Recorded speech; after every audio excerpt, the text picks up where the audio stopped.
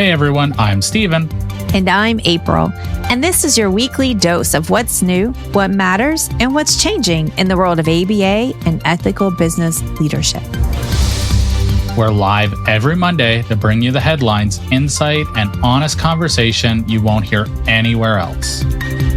And if you're catching this on Tuesday, welcome to the podcast version, where we turn real-time updates into lasting takeaways. This is the ABA Business Leaders News Update, powered by 3Pi Squared. So we're just going to not have the presentation today, and I'm going to vouch that there is a presentation. What in the world? All right. So let's, So we're just going to read it. Just going to talk about it. Mm-hmm. I'll just read it to you. We'll just talk about it. Yep. All right. Today's news. Today is June 23rd. Happy June 23rd, everyone. This is our key. This is our sign that we are following the right choice of taking next week's news broadcast off. We will not be here on June 30th at our news location and at our news broadcast. And this is probably, we're taking most of July off.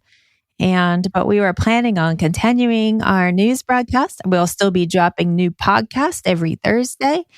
Yeah. All right. So on to our articles for today. Anyone ready? Anyone ready for some news articles? Yes, we are ready, they say. Deep breath. The Autism Data Science Initiative. Why it matters for ABA providers and the future of autism care. So here's our story. It's story time, ladies and gentlemen. The Autism Data Science Initiative from the NIH represents a $50 million investment in understanding autism by linking massive data sets, harnessing AI, and engaging the autism community. For ABA providers, this is a signal. Data science and real-world outcomes are now front and center in the national research agenda.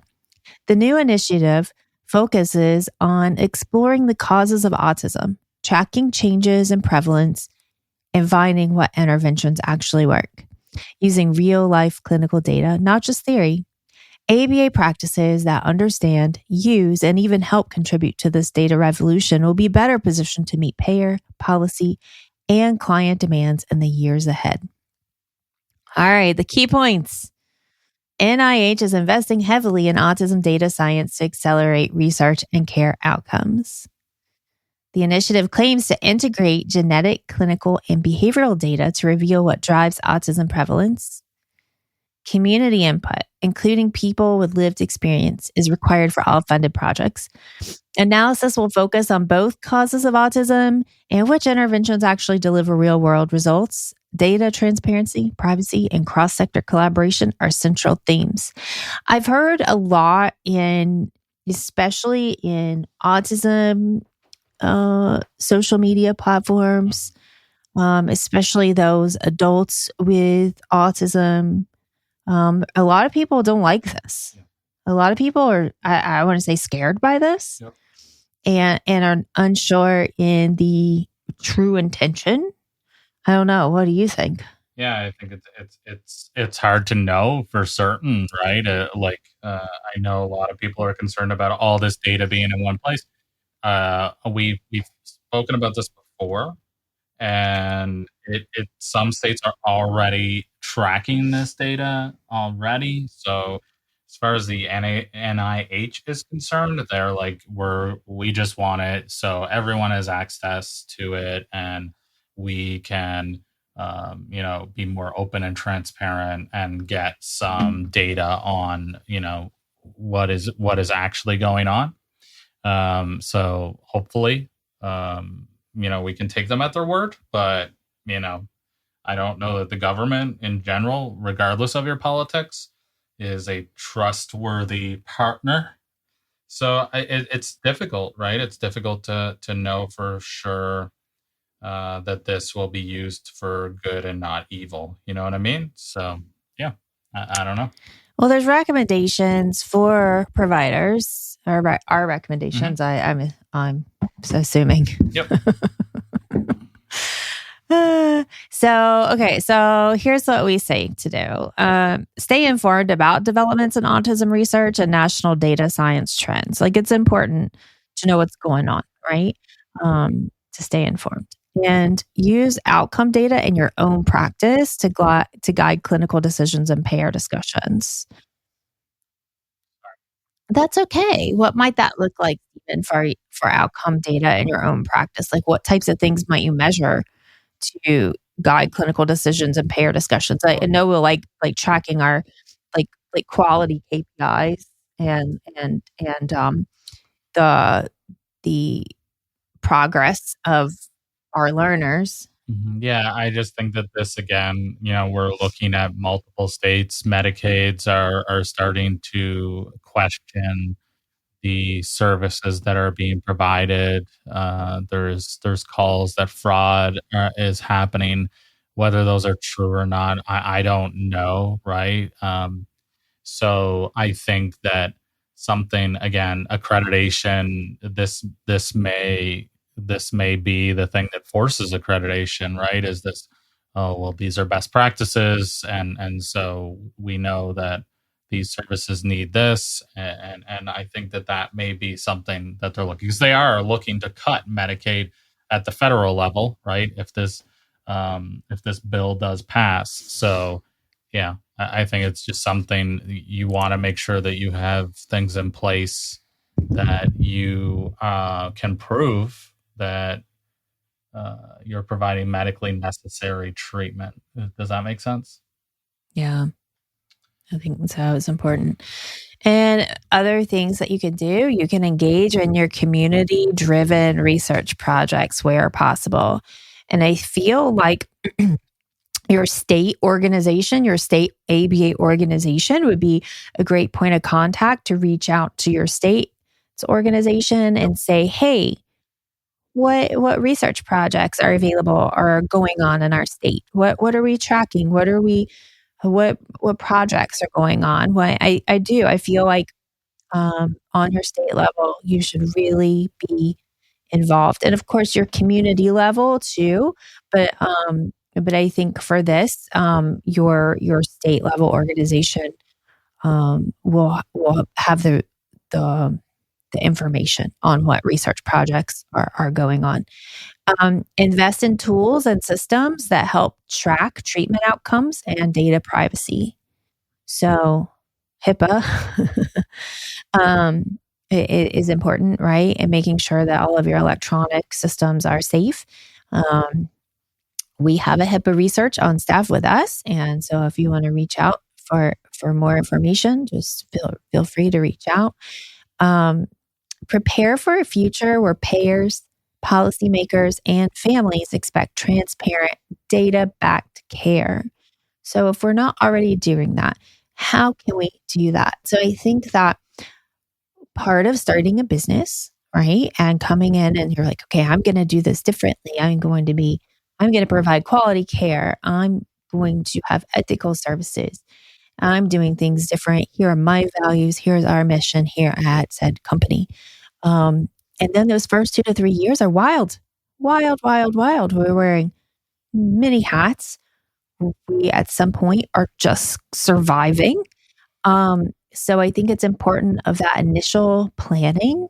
Um, and if it wasn't part of your initial planning, it would be worth stopping, blocking some time off on your calendar to start looking into this to see, okay, this is super important. This is something that's worth pausing and getting at least one item in place, um, one KPI in place, don't go in, you don't have to do it all, but just start getting it started. How are we tracking? How are we being transparent? What are our communication practices to our staff? What are our communication practices to our families? And if we can't answer that, then that's a good first step. And then if we can answer that, then we can ask more for like further questions, like why questions, right? And how questions. And are we sharing, are we being transparent enough? It doesn't mean you have to go out and tell them every tiny detail, but what is important to share and to communicate, um, especially within our data collection. All right. All right. Next one. Next one. And you can follow along at news.3pisquared.com. All the stories are up. Florida's sweeping autism law, what it means for families, ABA providers, and the future of autism services. So, story time. Florida's new autism law, signed by Governor DeSantis in May 2025, is the largest overhaul of autism policy in the state's history. It expands funding for early intervention, increases school based support, and boosts insurance requirements for ABA and related therapies. For families, this means more access to evaluation and services. For ABA providers, new mandates and new opportunities. That's a very bright and sunshiny way of looking at it, are on the horizon. With the state setting the stage for greater accountability and transparency in autism care, as Florida's law is watched by other states, it could spark national changes in how autism services are delivered and funded. So, the key points within this article are the law increases funding for early detection and intervention for children with autism. This is key. I mean, we all know how important early detection is and getting services starting as soon as possible. Too many kids may have the early detection, but then it takes them years to get the diagnosis, or it takes them years to get through a waiting list. Mm-hmm. I think some of those early kids get services a little quicker though if they're not in school, because there are those morning sessions that everyone's going for. Right. Expands insurance coverage and access to ABA and related therapies. Sets new accountability standards for schools and providers, including required reporting and transparency. I see a theme here. Prioritizes family involvement and reduces wait times for evaluations. Seen as a model for other states considering reform to autism service delivery. I mean, all of those sound amazing. What's the community like? Have you heard from? I mean, the feedback seems to be really good. That they're happy with the law. Some people are saying it didn't go far enough, obviously, but I think for the vast majority of the ones that I read, it seemed like it was positive. Especially, I believe the big thing was the more resources for evaluations. Mm-hmm. It seems to be the biggest part of this. I didn't read the law. I don't know exactly what is what it includes and it doesn't. Mm-hmm. I just read a few articles. Is there a link to the law within the? I think it just goes through the major articles, but I assume that through the major articles you can get there. But I can look and see. It's okay. We can always like tag it in later. I don't want to break anything by clicking on buttons. We're doing well. No, I think we're good. Yeah, it looks like maybe Florida. No, these are just press releases. Yeah. Yep. Okay, I was just curious. Mm-hmm. All right, so what can you do as a provider? Our recommendations are to review and update your intake, reporting, and insurance billing practices to comply with the new law. Train your team on the expanded rights and services now available to families. Foster close collaboration with schools and medical providers for seamless transitions. Monitor policy updates. Other states may soon follow Florida's example, and position your practice as a leader in ethical, evidence-based autism care to attract and retain families. I think all of these things are important to do always, mm-hmm. But especially during a big change like this, taking those pieces from the new law and deciding what do we need to update within our intake reporting and insurance billing practices. We will be sending out updates but probably not for a while because we just had an update for our handbooks not that long ago. So, go ahead and look that up and start the work to see what you need to do. And even if you're not, as we talk about here, it's even if you're not in Florida, this is a great opportunity to start looking. So, do you think accreditation is going to be tied to this at all? I mean, Was they that didn't mention it, but again, I think accreditation is going to happen regardless. I just think that this is coming. It's only a matter of time at this point. Yeah, So, yeah. yeah. Yeah, so those of you in Florida, reach out. Let us know how things are going. Yeah. Let us know how, what barriers are in place, what's working for you, what's not working for you. If we can help in any way, just let us know. It's, it'll be interesting to follow this and see how things go. All right. Last story. Oh, we have a third one? I thought we only had two today. No. This one, I don't like this one. I'm going to have to sneeze. Excuse me. Bless you. Bless you. Oh my goodness. I apologize for those big sneezes. Okay. Ransomware. Maybe I'm allergic. Ransomware and ABA. So can I pause you for a second? So the reason why I did this story was because I believe it's been 2 out of the last 3 weeks we talked about ransomware. And so rather than scare you all with ransomware, this is a more of a how to, what are the best practices that you can do to prevent ransomware. I love that. Thank you for helping us with that. Sometimes it's easy just to stick our head in the sand and just like la la la la la. Hopefully, it's not going to happen to me. But having a plan and being educated can actually help decrease some anxiety around something like this. So, ransomware and ABA, what it looks like, how to prevent it, and smarter email security. So the story, ransomware attacks aren't just targeting big healthcare systems. ABA practices of all sizes are at risk, especially as more providers move to cloud billing, scheduling, and record keeping. Recent settlements and breach reports show that one wrong click can lock you out of your data, expose client information, and trigger expensive legal action. The most common root causes: weak password policies, staff falling for phishing emails, and missing business associate agreements with vendors. Tools like external email tags and subject lines in Outlook and Google Workspace can help your team spot spoofed emails before disaster strikes.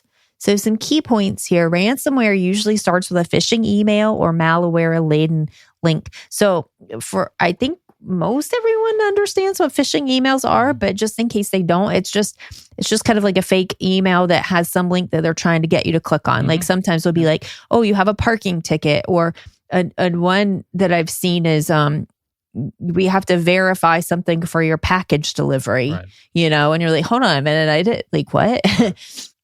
But if you're not taking, one that I had was like a Mexican restaurant, and it said something about a outstanding invoice or something. Yeah, there's some weird. Yeah, there's definitely weird ones. I think they're just kind of doing some A/B testing, right? Right, but what happens though is if you're busy and you're rushing, and you're like, oh gosh, and a lot of them.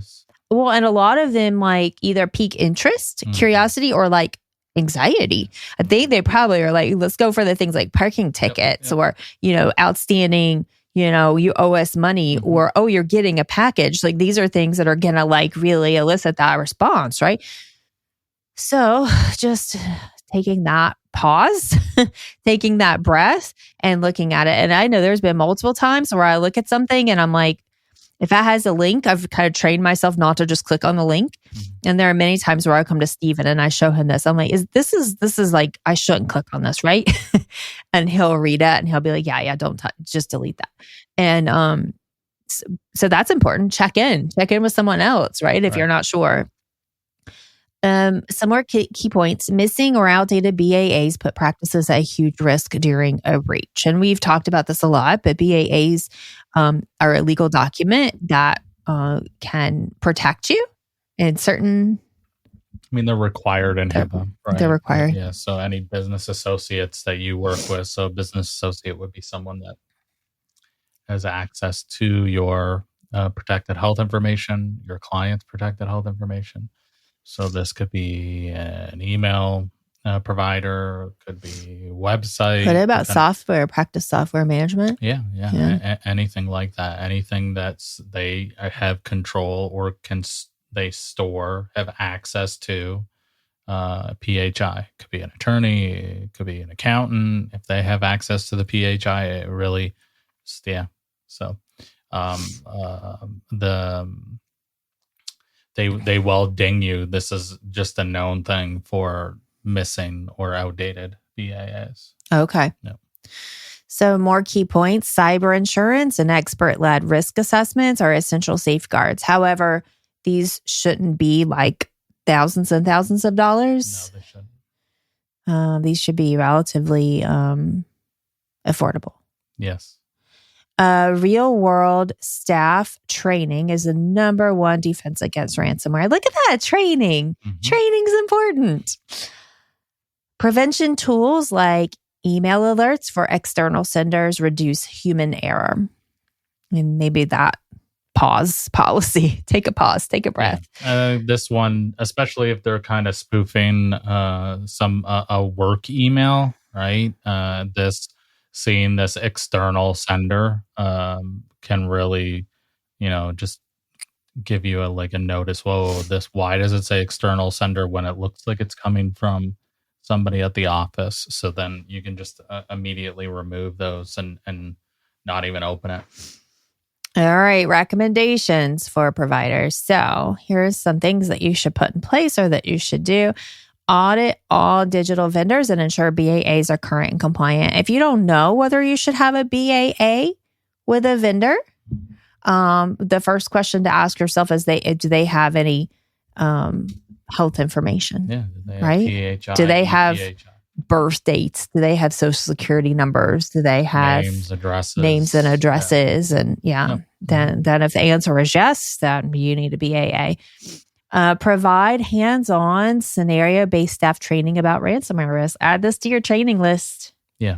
And not just initial onboarding, but I think this would be one that you would want to do ongoing. And you don't have to spend a lot of time on it, but just keeping it at the forefront of everyone's mind and part of your practices, right? Just reminders and little practice sessions throughout.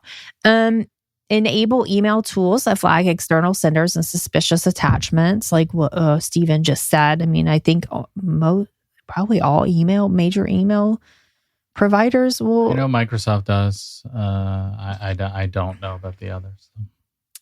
I assume they do. Okay. And then schedule annual HIPAA risk assessments and cyber security reviews. So those should be done anyway. But again, it's just really important that you're doing some. Maybe pick a month, right? Pick a month, and that's like your HIPAA month, right? And you do that every year at minimum.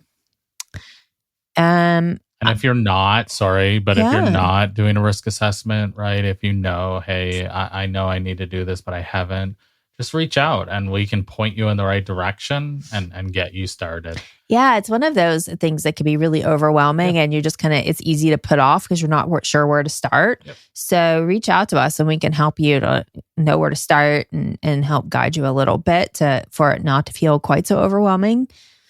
All right, the last recommendation here, offer a simple, non-punitive way for staff to report suspicious emails and incidents.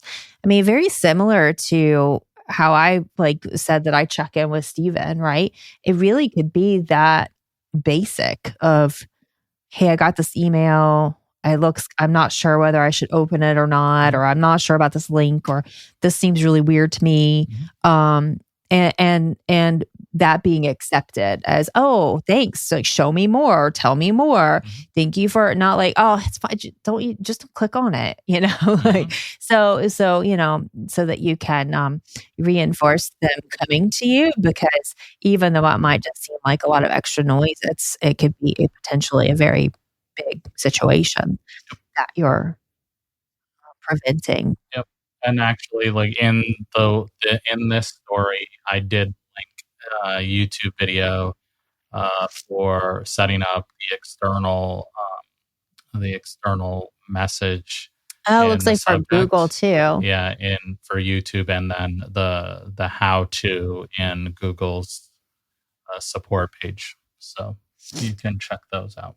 That's great. That's a good resource, because that's just a one more line of defense it's like to it's a super quick video. But then you have to train your staff to know, okay, when they see that warning, but like, when you have does to set it really? up first, Yeah, right? yeah. So this will show you how to set it up, and then it really doesn't take all that much effort.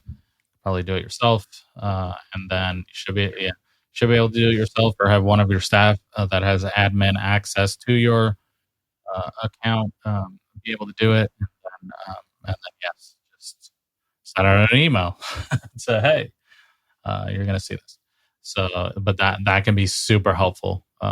Just again, it just alerts everyone. Oh, okay, this is an outside email. This is what I need to do in this situation. I shouldn't be clicking on links. Blah blah blah. That makes sense. Absolutely. All right. So thank you so much, not only for spending part of your day with us first thing Monday morning, or those who are listening tomorrow on Tuesday as a recording plays on our podcast, on any podcast platform. And thank you for your patience while we work through those technical difficulties. And hopefully your day is smooth without technical difficulties on this Monday of the last week of June. And reminder that we will not be here for news next week on June 30th, which means that on July 1st, we will not have a recording of the news. And we hope you have a great first week of July. Happy 4th. And for a lot of you, summer's already been in the works for a few weeks. But for some of you, summer's just getting started. So happy summer. And we will see you in a couple weeks. See you guys. Don't miss an update. Sign up for weekly alerts at news.3pisquared.com. It's the easiest way to stay informed and ahead. If you found this helpful, please rate, review, and share the podcast.